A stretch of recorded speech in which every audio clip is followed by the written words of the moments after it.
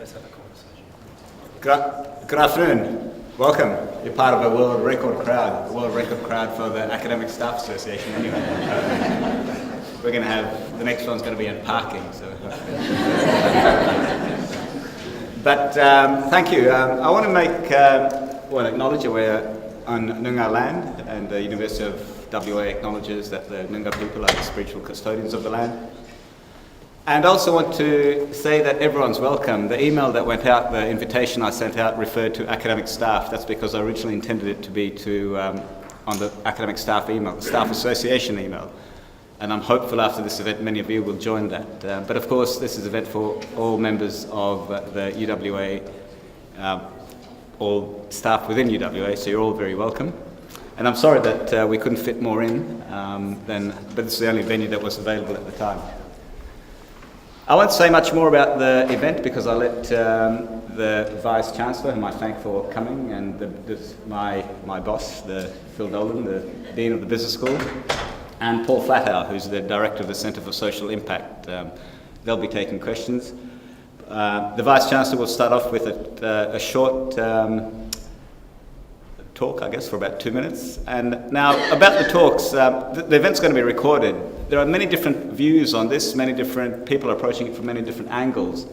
I'd like it that as many of those different approaches get represented in this talk. So if people would refrain from repeating a point or repeating a question that was made earlier, and if you keep it fairly succinct within 2 minutes, that applies, I guess, to both sides of the question and the answer bit. And the other thing I'd like to say is I'm hopeful that we'll employ the approach in our dialogue of the New Zealand Black Caps, the cricket team, rather than the Australian cricket team, in terms of there's no need to have a sledge or take it personally, just play the ball, not the man. I'm from India, so the cricket thing comes. All right, without any further ado, I'd like to invite the Vice-Chancellor, Professor Paul Johnson, to spend 2 minutes setting the scene, as it were.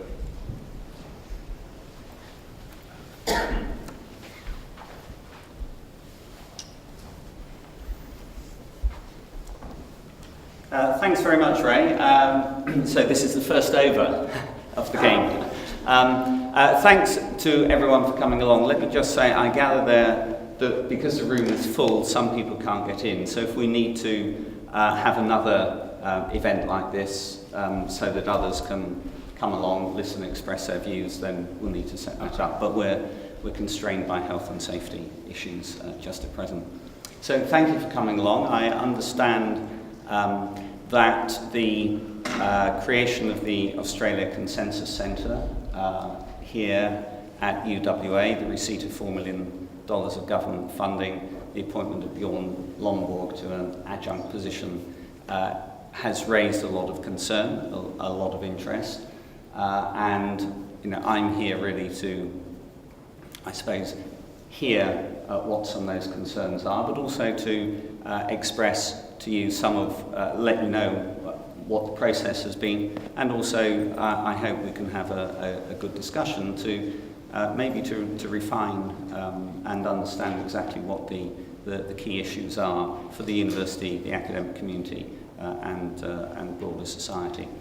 As you know, the government approached the university in the middle of last year with the possibility of setting up something called the Australia Consensus Centre, and after being approached by the government, we had some fairly extensive discussion with the government. I talked to Phil Dolan. The Australia Consensus Centre, I should say, the purpose of it is to use what is essentially cost-benefit methodology as refined by the Copenhagen Consensus Centre to evaluate a broad range of different development options, particularly global development options, focusing on what the United Nations is going to prioritise from next year when the Millennium Development Goals, running from 2000 to 2015, need to be refreshed. And there are currently over 1,400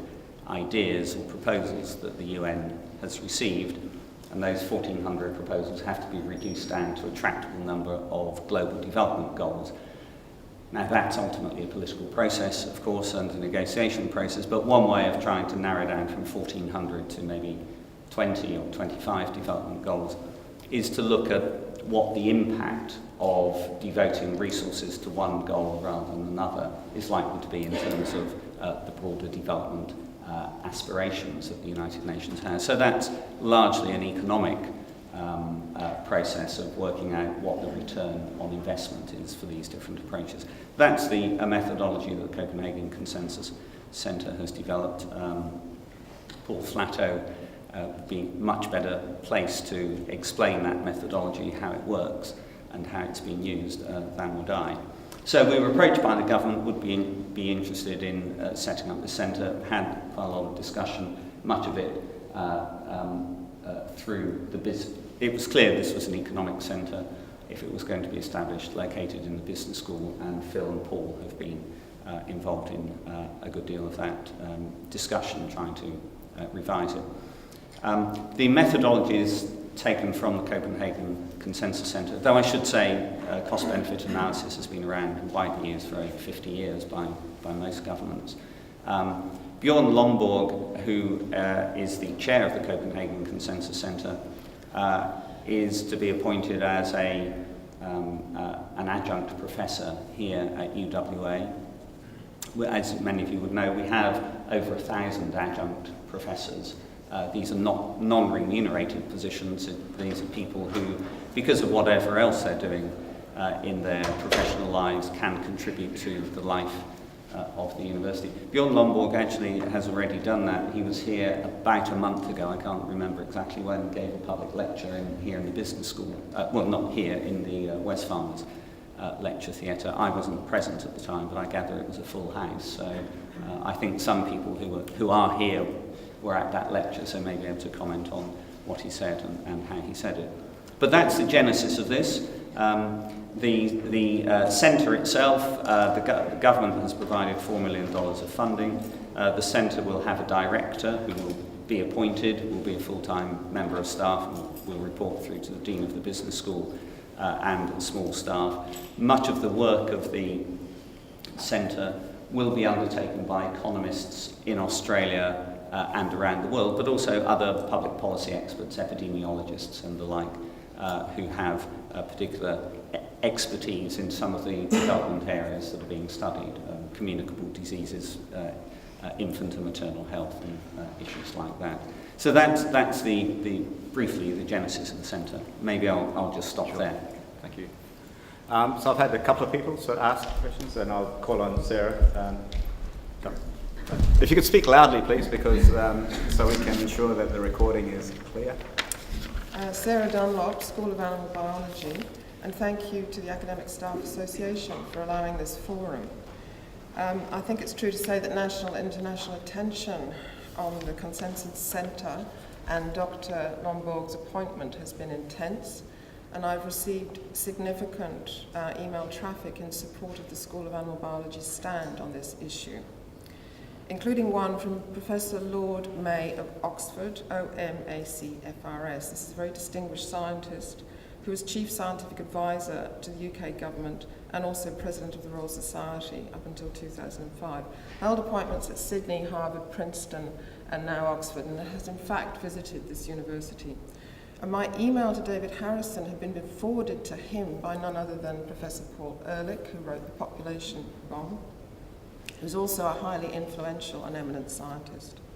And Professor May simply warned us of the tremendous damage that this appointment could do to our university.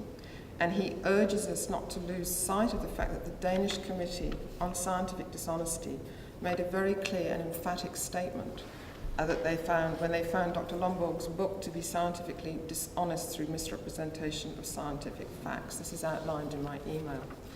And so my question is to you, and on the grounds outlined in my email to David Harrison, will you consider revoking the adjunct appointment of Dr. Lomborg and reversing the acceptance of the $4 million from the federal government, which is questionable in terms of independence? and instead use this as a golden opportunity to set up a centre based on the highest standards of academic performance, open competition and independent peer review, as is expected by this university and the national and international community at large. Thank you. Well, thanks, Sarah, for that question. If I can unpack it and start at the bottom in terms of centres and their independence. This is a centre the government is putting up $4 million, but the money comes to the university. It is then for the university to control the expenditure of that money. It's not driven by the government or overseen by the government in any way. I should just say that though, of course, we all recognise that a lot of research funding and indeed other funding for universities comes through competitive and peer review processes through research councils. This government, the previous Labour governments and then the previous Liberal governments all distributed quite a lot of funding to universities to create centres through non-competitive processes. And though I'm not clear about all the details, but if you look at University of Melbourne and the Grattan Institute and the India Institute, ANU and the China Studies Centre, University of New South Wales and the establishment of the Centre for Social Impact there, we of course have a node of it here, the Tropical Medicine Institute at James Cook University, none of these have been through competitive processes, they've all been government allocations. Now we may say that's not the best way to allocate public dollars, but it is something that Australian governments have been doing with respect to Australian universities for 15 years or more, probably goes back further than that. So that's an issue about the establishment of the centre. It's any funding that comes into the university is taken into the university and then the university controls it. So it's not a government controlled entity in any sense. But I think your main comment was about Professor Lomborg and being appointed as an adjunct to the university. Now, it's not for me to be an apologist for Professor Lomborg. He is a controversial figure.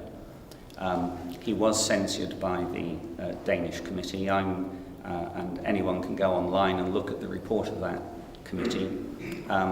That the committee's decision was itself subject to a great deal of discussion and was itself, my understanding, although I'm not an expert on this, my understanding is that the committee's decision was itself censured by the relevant ministry in Denmark. And then there was a substantial campaign. I think over 600 scientists wrote in support of the committee's decision, but over 300 scientists and academics wrote to protest about the committee's decision. So it was a kind of 2-to-1 vote from the academic community. So nothing in this seems to be particularly clear-cut. I mean, as I say, I'm not an apologist for Lomborg. The work of the Copenhagen Consensus Centre has been widely reviewed. A lot of it is on development issues, and it engages with large numbers of academics around the world, particularly economists. I mean, Lomborg himself is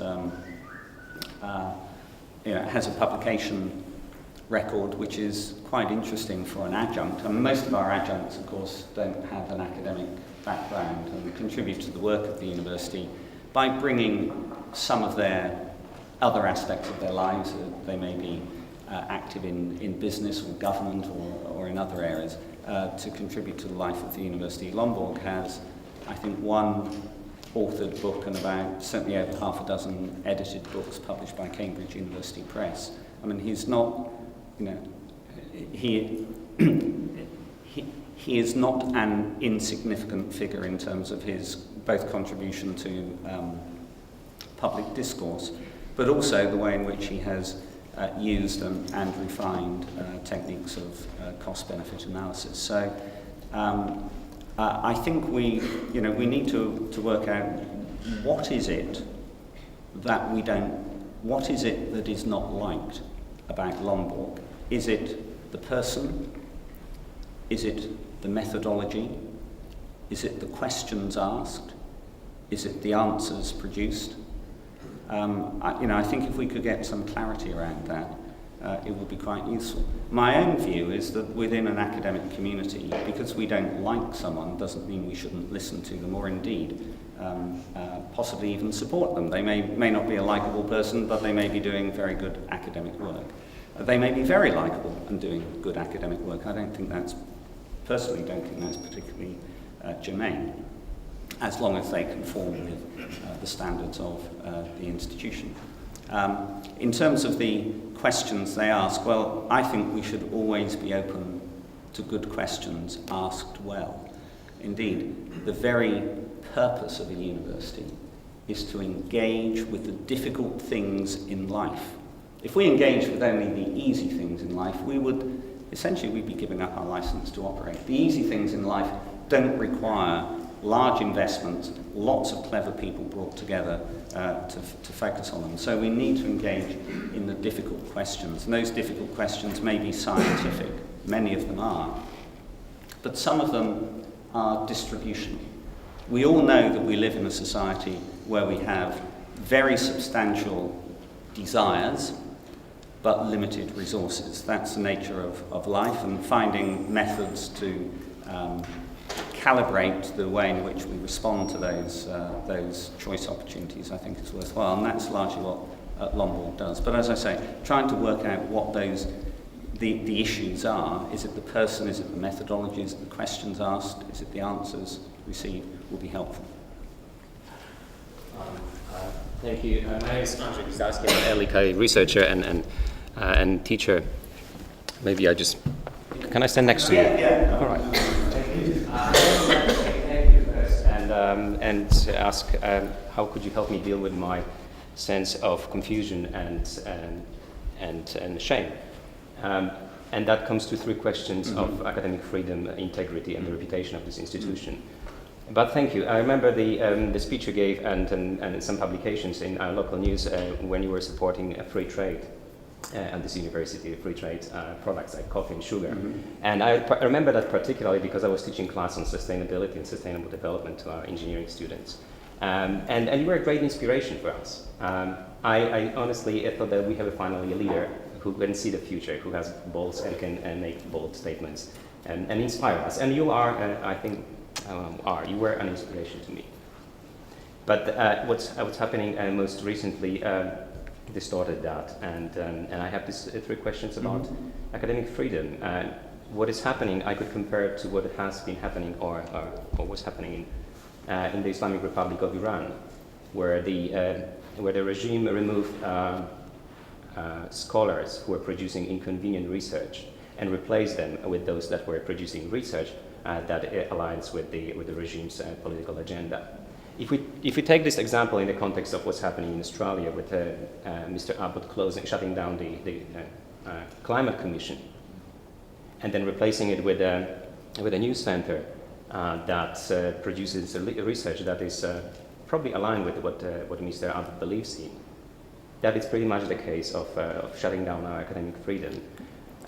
Could I just on Yes. that point just say what the decisions that the government makes on public policy expenditure are not part of what we can influence within the university. As far as I have no idea, I have no idea what that decision-making process is within government. It's a very good question to ask, but let me reiterate, this is a centre that isn't a science centre, it's an economic centre. Now, my understanding is that the Climate Council is focused on science. This centre is focused on economics. And that maybe helps me to go to the question of integrity. I would compare that to the infamous research tobacco companies did in the 1980s and 90s in Australia, sponsoring medical research that would create smoke and mirrors and extend the debate or make it debatable that smoking kills, giving some extra time to tobacco companies and to the government to sell what they did. In my opinion, that is exactly what's happening here. We are buying time from mining companies that support Mr. Abbott's government to give them some time to damage our environment. Can I? Okay, so I know you've got a third point. Let me focus on that one. I think tobacco is a very good example of where, as a university, we can take a very clear stand. We don't accept, and let me say, there is, as far as I understand it, there is no way in which the consumption of tobacco products can be beneficial, except in a very short-term sense of getting the nicotine, to people. They are fundamentally harmful.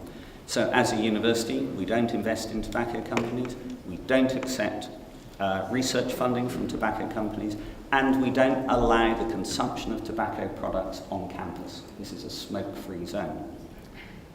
With fossil fuels, we have big challenges. It is absolutely clear that fossil fuel use is rising. The amount of carbon pumped into the environment is rising. It has been ever since 1700 when we see the big energy transition. And that carbon is raising climate, the aggregate climate temperature. We know that that's the case, and we know we've got to do something about it. But we also know that the consumption of fossil fuels produces benefits to people. Many of us, most of us, I suspect, arrived here today partly by the use of fossil fuels, whether we came on public transport or in our cars. The lights are on because we're using fossil fuels. We have a society that is dependent on fossil fuels. So the challenge we have is how do we wean ourselves off that dependence without causing such undue harm that we limit our capacity in the future to deal with that dependence on fossil fuels. So I don't think anyone, certainly not Bjorn Lomborg, denies that the climate is changing, it's anthropogenic, and we need to do something about carbon emissions. The question then is, how do we do that most effectively? And that is ultimately the sort of question that economists look at. It's about choice under conditions of scarcity. Now we could, if we, now there's some people would say climate change is the one and only thing that we should focus on. We should forget about any other development goals. We shouldn't be focusing on infant and child health. We shouldn't be focusing on education for girls in some less developed countries. And we shouldn't be focusing on indulging ourselves here in Australia with all sorts of things. We've got to invest more in climate change abatement. And that's primarily carbon and related gas abatement. Even if that's the case, even if you take that view, you've still got to decide how much are we going to spend on it. And then, once you've decided how much we're going to spend, what are we going to spend it on? Do we spend it on research, trying to find better, more efficient types of green technology? Are we going to spend it on subsidies? Even if we say we want to promote more renewable energy, we've still got decisions. Should it be waves? Should it be solar? Should it be geothermal? And those are essentially, unless you want to waste public resources, essentially you want to ask the question, how do we get the best return on our expenditure? Okay? So I think there's a fundamental difference between tobacco. Tobacco is an evil. It's a bad. There are no good uses for tobacco. And fossil fuels, where we say we're dependent on them, we've got to wean ourselves off. How do we do that? And how do we do that in a way that isn't going to, today, damage us so much that we can't do even more tomorrow? Now, that's a timing question. I think reasonable people will reasonably differ on that. But that's the challenge. That's a global challenge we all face. I recognize those points. The economic aspects are very important. But what I think what the main concern is that the environmental issues are pretty much more urgent, and social issues are more urgent than the economic, and that's perhaps what the center of controversy is. It's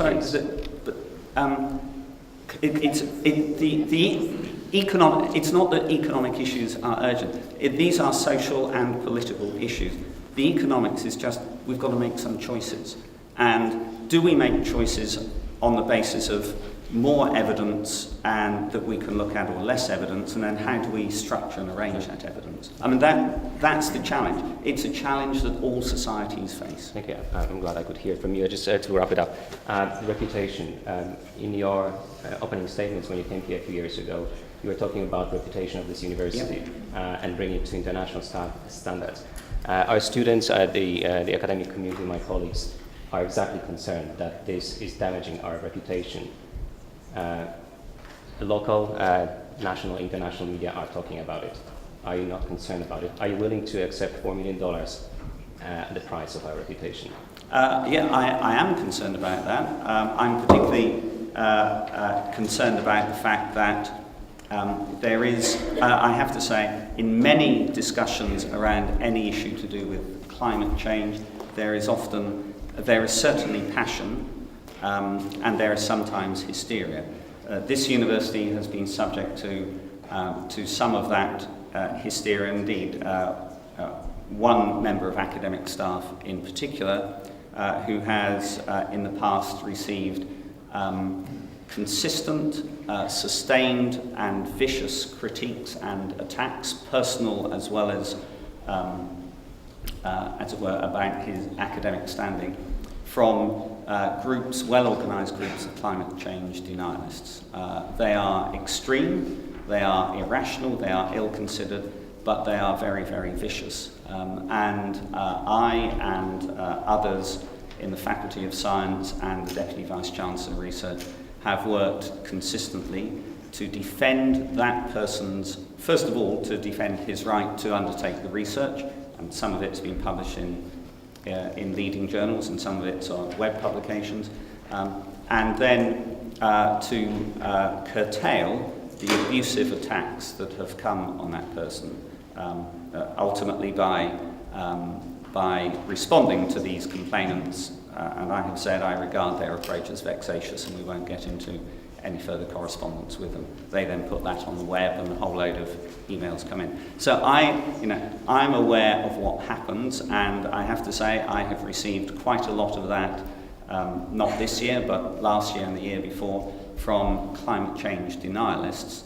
But it seems to me that we have to defend the integrity of our capacity to ask difficult and contentious questions, but then invite people within the academy and outside to engage with those questions without a presumption about what their position is or what answers they're looking for. And that seems to me to be one of the purposes of universities. Academic freedom is fundamental to our existence. If we give up on that because there is a particular pressure from climate change denialists or any other group, then I think we severely compromise our license to operate. Sorry. Chelsea, you present a very reasoned case, which makes me worry about my opposition or my reluctance to support this. I want to come back to the question you asked, why, in my case, why do I not so much oppose, but why do I question this? And I question this purely on the basis of science.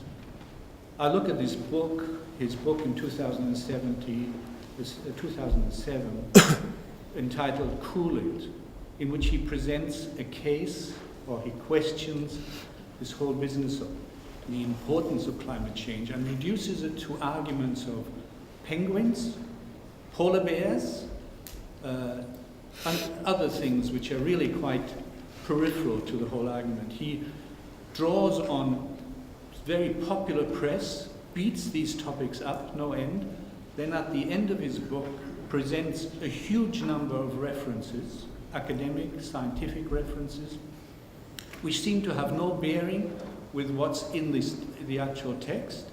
And clearly he either just puts them in for padding, he doesn't understand them, or doesn't even use them properly. So what I'm questioning this is the appointment of a person on the basis of what he has actually demonstrated in these publications. And that leaves me worried. That leaves me very worried. Well, it's difficult for me to stand in front of a class of students and sort of have to sort of defend something like or counter something like that. And that, I think, is the problem. It's not a question of freedom of speech. We all endorse that. Alternative arguments, we all welcome that. All the sorts of things you outlined, we welcome. But many of us bring it back to the questions of, he denies it's science, he says this is not science, this is economics. Well, I have a son who's an economist, who might argue with that. But there are real questions in terms of science and his scientific integrity, and the way he has used science, massaged science, and has misrepresented that. Whether he inadvertently done this through lack of knowledge, or whether he's designed that, I don't know. But there's certainly issues which need to be addressed. So, well, thanks for those comments. Let me come back to just one thing you said, that he says this isn't science, this is economics. These are two different fields. Science is science, and there's a huge amount of work that is currently being undertaken by scientists around the world, particularly the Intergovernmental Panel on Climate Change, which is trying to track what's happening to the climate on a global scale, and to further refine the climate change models so that we can get a better understanding of the complexity of the causal factors. Because if you're, as we all know, if you're trying to have an impact on an outcome, but you don't understand the causation, you have a much reduced ability to have an impact on the outcome. So work around those climate models is continuing. They are very complex, and part of that complexity means that there is always going to be a degree of disagreement amongst climate scientists about exactly the course, the pattern, the nature of those interactions. But as far as I know, and let me say again, I don't want to be an apologist for Lomborg. He was here a month ago. If you want to talk to him, let's get him back so you can address all these questions to him directly. And by the way, it would be great if Tim Flannery could come along and could also be here, and we could get them to work out what they agree or disagree about. But what Lomborg says is, whatever we may agree about climate change, let's imagine that the models are clear, that we understand the causation and we understand the timeline of prospective increase in global temperatures. We've still got to make choices. And so how we answer the question about the issue about the academic ability, the quality of Lomborg. It's not about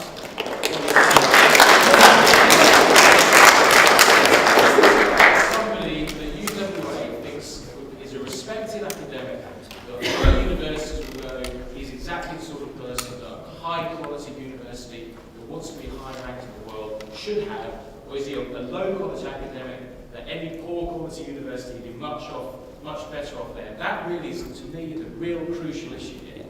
Well, I don't know. He was giving a public lecture. He was giving an invited public lecture at Harvard this week, so I imagine Harvard thinks he's worth having there. But no, I didn't say he was a genius. But you did ask the question: Is he someone that only low-grade universities around the world would countenance being engaged with? I pointed out he was giving a lecture at Harvard this week. So, my comment wasn't meant to be dismissive, but it was meant to address one of the points that you raised.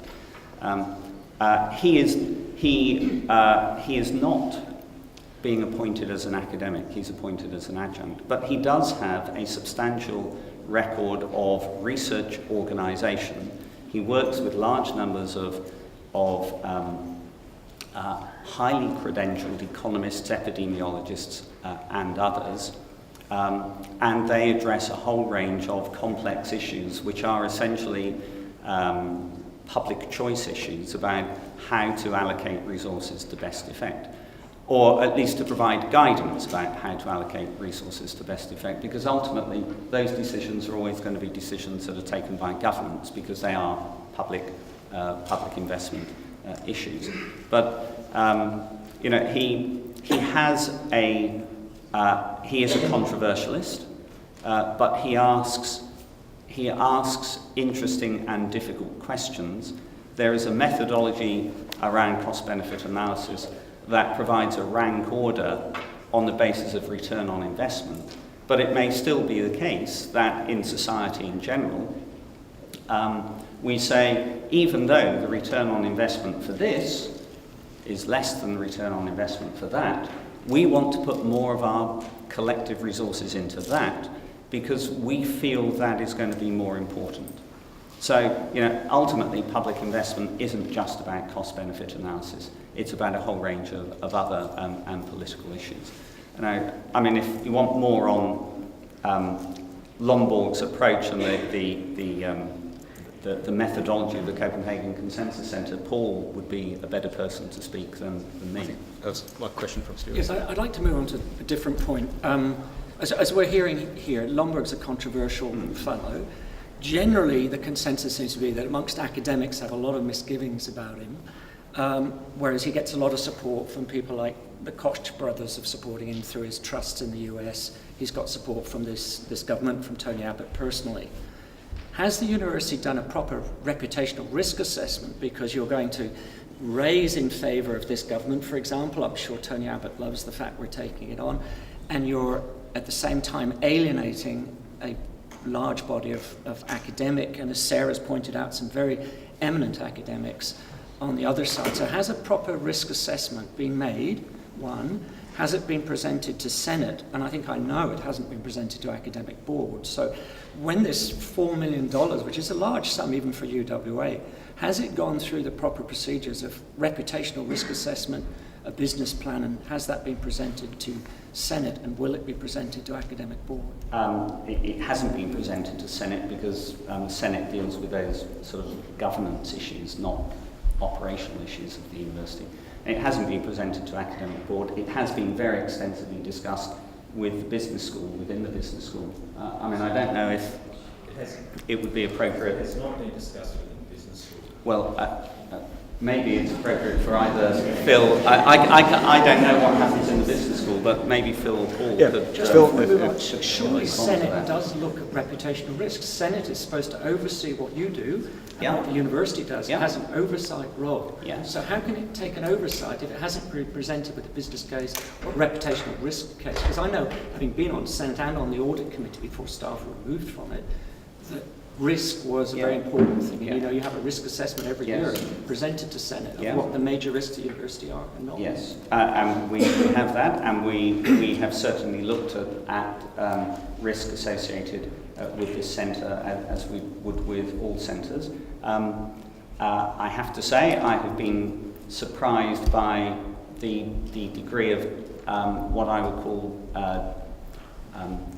dissonance between certainly some of the external communications that have come to the university and my understanding of what we're trying to do in the centre, and indeed Lomborg's own background. So a lot of emails talking about this climate change denialist, and I think here in this room we all accept he's not a climate change denialist. He never has been. In fact, he's a former member of Greenpeace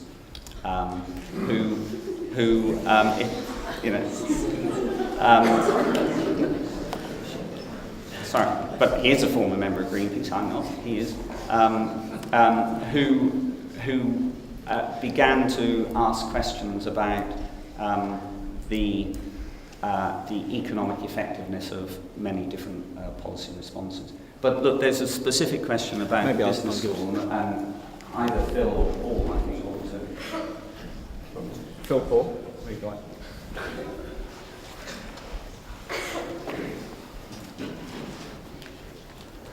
Paul Flatout from the Director of Centre for Social Impact, UWA Centre for Social Impact.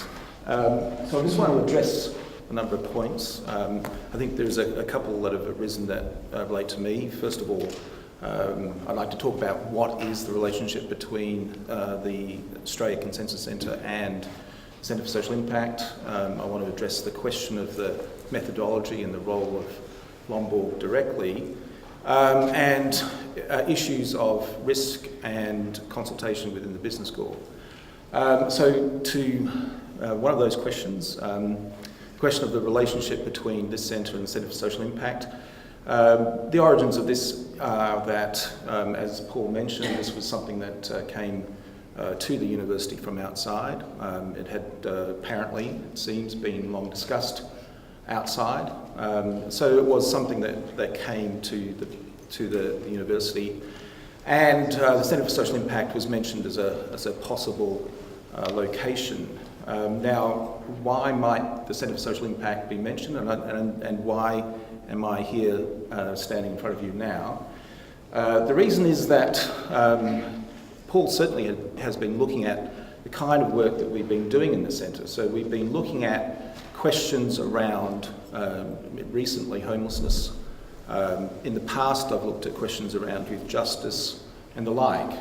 And I've been concerned about social issues. I've been concerned about homelessness, and I've been thinking about the question of what is the effectiveness of programs and what's the cost effectiveness of those programs. So a topic like homelessness appears not to have any economic dimension to it, but homelessness costs society and costs people on a personal level a lot. So a cost-benefit analysis can provide insights into a topic such as homelessness. For example, the costs of homelessness itself are far greater than the cost of support around homelessness. So the economic argument to intervene is very strong, and homelessness agencies use the work that we do to support and advocate for more spending in homelessness. So the reason why I think my name came up was because we have been doing not cost-benefit analysis per se, because that's a very broad approach, but I would call partial cost-effectiveness studies. So there's that kind of a background. And I was brought in to look at this proposal. As it turns out, I had no awareness of Bjorn Lomborg, so I was coming from a position in which I had no knowledge whatsoever. So that's just a little bit of a background there. The centre itself, Centre for Social Impact, is not directly engaged with this Australian Consensus Centre. The Australian Consensus Centre is going to be on its own, if you like, and will operate in a ring-fenced kind of manner. Now, in terms of the question of the methodology, now the methodology that's being used in the work that's going to be done under the Australian Government grant is one in which commissioned research will be taking place. So the concern about Lomborg per se is a reasonable concern to raise, but the approach that's being developed here and that will be utilised is one in which topics of interest, important problems, are going to be raised. Those problems about the world and about Australian prosperity, about development, about Australian trade and agriculture will be developed from a public engagement process. So questions will arise. What are the problems that we need to address? So the starting point for the methodology is in fact a public engagement process. The second part then is once a set of problems have been identified, then experts in the field will be identified and commissioned research will take place, producing a certain set of results. That commissioned research has to go out into the public domain. So the research will be provided publicly. That research is not being undertaken by Lomborg or anyone within the Copenhagen Consensus Centre. It will be external to that centre. The second part of the process then is the question of who is going to review that. So a process of review will take place and different perspectives will come in, again from outside. During this process, there is community engagement around the published work and around the perspectives that have been undertaken. The final stage in the process is one in which a higher level expert panel comes in, and that has to include Nobel laureates. And that process is one of a third stage review, and there will be public debate about that. So I just wanted to explain what the consensus approach is that is going to be applied in terms of the Australian Consensus Centre. So the work that's actually being undertaken is not work being done by Lomborg. It will be undertaken by a group of commissioned researchers, and then a second group of different perspectives, and then a final group of review. So the question then will be, are those who are involved in the commissioned research, are those involved in the second stage of review, and is the Nobel laureate panel hand-picked, or is it going to be true experts in the field? So at some stage, we will review that and see what happens. So there will be publicly available knowledge about who in fact is being commissioned. All product from the work will be out in the public domain, and there will be engagement with the community, with experts and with students. The result of all that work, and there was a student forum at UWA, the result of that work then, under the Australian Government grant, is provided to the Australian Government in terms of policy advice. So that's the process that will occur in terms of the methodology.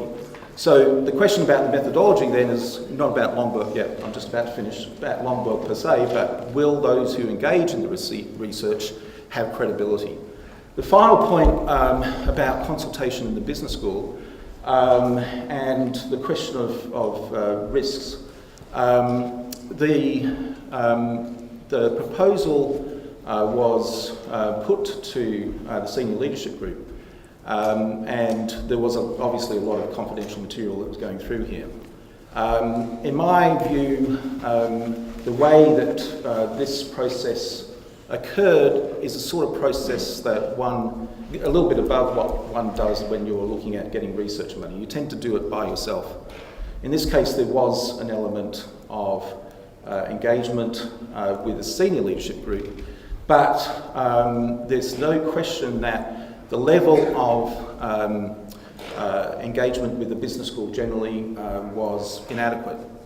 And engagement with the university's staff, other than the senior leadership of the university, was inadequate as well. So I think that is something that is a problem. In terms of risks, not knowing Lomborg at all, but looking at the methodology that's presented, I believe that the methodology was beyond the kind of work that we're seeing. The only other person that does similar work like this, which involves combined intellectual work with community engagement at a reasonably high level in a systematic way, is David Parnell. There was very little of this kind going on.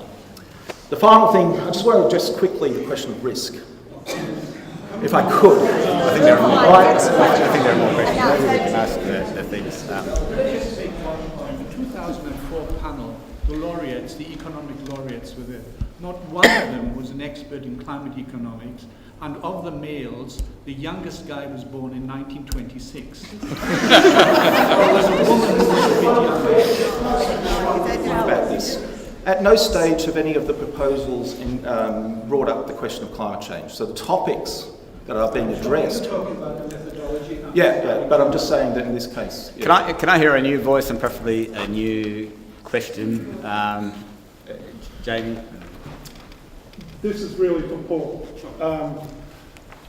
I am not persuaded by anything that I've been told today that the concerns of the staff, and I've been very silent on this throughout this process.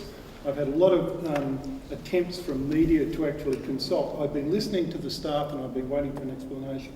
I've heard nothing this morning, I've read nothing in the last week that dissuades me from the view that it would be a very large mistake and an attack on the integrity of the academics in this institution if we have anything to do with Bjorn Lomborg.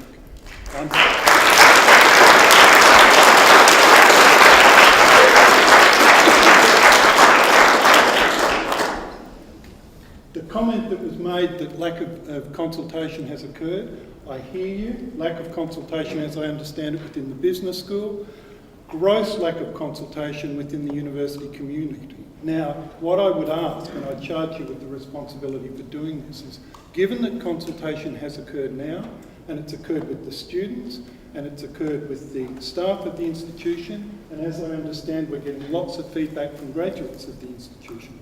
I haven't heard any positive comments at all, and I don't intend this to be a lynching, but I think the substantial mood of the staff, and I've never in 27 years seen the staff, the students and the graduates united on any front,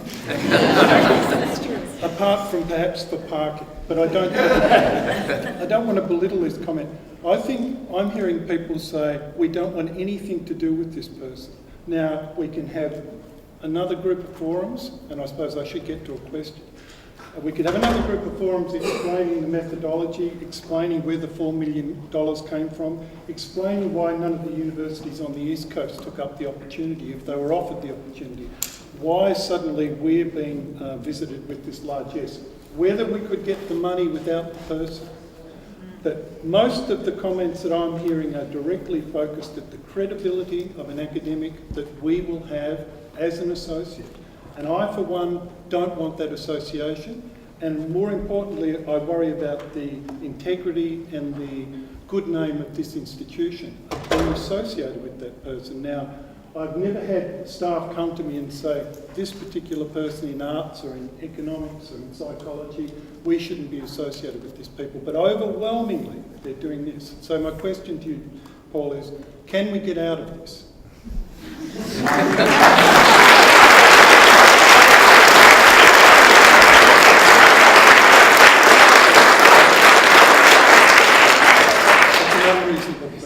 Pardon? It's an unreasonable question. So, Jamie, let me respond. I just want to be clear because, I mean, what you have said and what I infer from other comments is that to some extent there's this man, Bjorn Lomborg, who is wielding enormous power because he manages to get lots of people to demonise him. And I come back to saying, what is it that you don't like about him? Is it... No. He's a bit of a charlatan. I mean, I think it's concerned that he is not an honest broker, and he's not the sort of academic, and I know he's only an adjunct, but he's not the sort of person that a top-ranking university should want on their So, I mean, as I say, I wasn't at the lecture he gave in the business school. Some of you may have been, I don't know what you thought of it, 300 and something people turned up. What I was told was that it was an intellectually engaging lecture, that this is a man who has some interesting things to say. Now, if we close our minds and our ears to views that we may not be comfortable with, but we say we just don't like them, then somehow I think we are diminishing ourselves as a university. And I would make that point. But there's a difference between listening to him and hearing what he has to say and giving him an adjunct appointment which gives him credibility. Yeah. You're giving him credibility which he would not get. Well, and cannot seem to get anywhere else, but UWA is giving it to him. Well, I mean, he also has an adjunct position at Copenhagen Business School, where he's worked in the past. So within the field of economics, it seems to me that he clearly has a significant degree of credibility because of some of the work that he has done. Just one more question. Sorry to stop. Caroline, you've been very patient, so but then we might have to. This won't be the last discussion we'll have, but with the venue is needed for another booking. But I'd like to have Caroline close the last question. We heard what I thought was a really interesting justification for the Consensus Centre. We've also heard a really strong objection for the appointment of Lomborg as an adjunct. How much is from your perspective and your experience, how much was the establishment of the centre dependent on Lomborg's appointment? Did that come as a single package, as an essential I don't know. Again, Paul might be in a better position to speak on this than would I, but I don't think in the Australian Consensus Centre, over 4 years with 4 million, we could undertake the work that is planned in terms of engaging with large numbers of experts in Australia and around the world without the methodology and some of the connections, some of the existing structures with groups of economists around the world that the Copenhagen Consensus Centre has already developed. So I think if you're taking that methodology, part of the reason for taking some of that methodology is that they've done a lot of the work. So you're not starting from base level, you're starting from a degree of sort of structural and organisational capacity, particularly with respect to Nobel laureates and the like. So I don't think you can, I don't think the centre would work on its current funding basis if you were trying to start this from ground zero. So in that sense, using that background of the Copenhagen Consensus Centre, using their methodologies, I think fundamental to this centre achieving what it set out to do. But that doesn't necessarily equate to him being an adjunct, because we collaborate on these methodologies amongst centres. I guess that's... We do. I think it would be somewhat surprising if we were